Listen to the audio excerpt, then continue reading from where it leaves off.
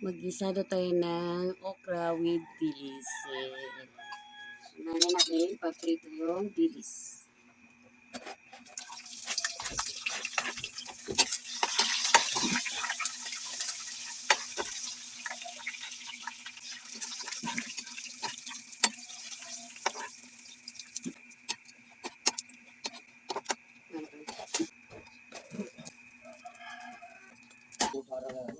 Gusto ng bawang. Yes.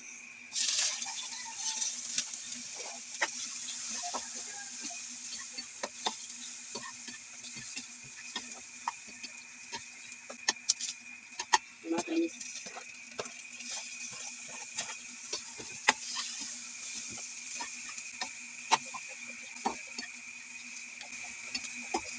Baka ng kunti para pang tapon sa sinanay.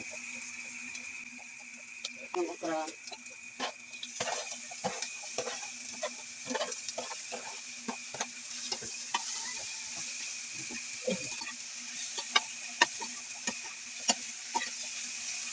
Lagyan natin ng konting tubig para maluto yung okra.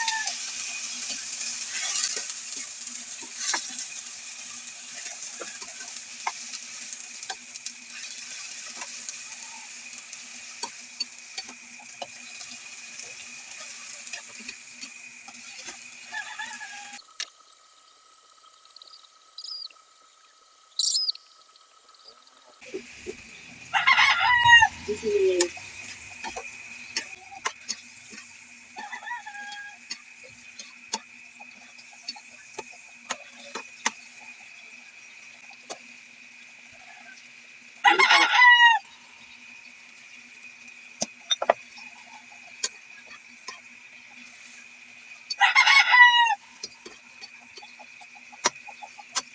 Ito na sandali. Para maluto yung okra. Okra with dilis.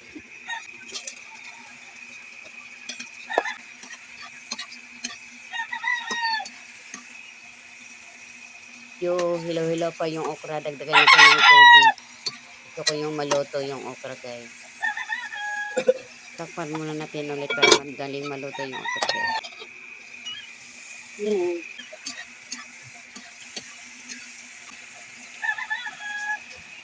Okay na yung okra, guys. Luto na. Malambot na siya.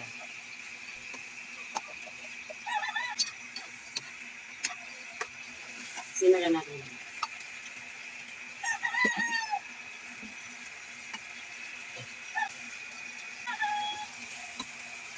Palutuin natin ang silang okra.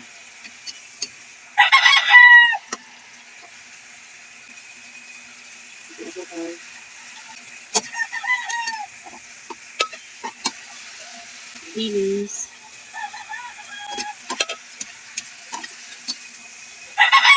Lagyan natin ng konting sili, guys, para may anghang konti.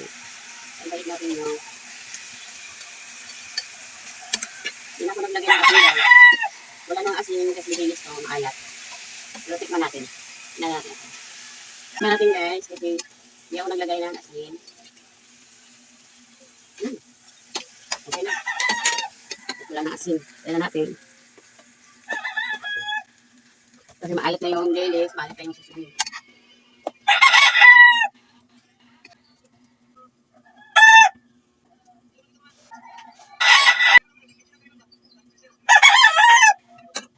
Ito na ang ating okra with dilis. Okra with dilis. Kaya na, guys. Kanin. Kaya na, guys.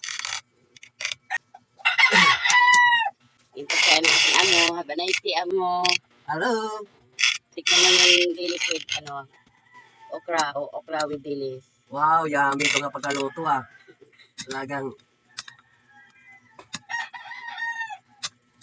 ito ang swak na panglasa. Dilis na may okra, ginisa. Wow. Tapos mayroon kami lang uy natira kagabi. Lutong-lutong. Yung dilis. Yung dilis. Tapos liprito yan lang. Kaya na, guys, sa dilis with okra.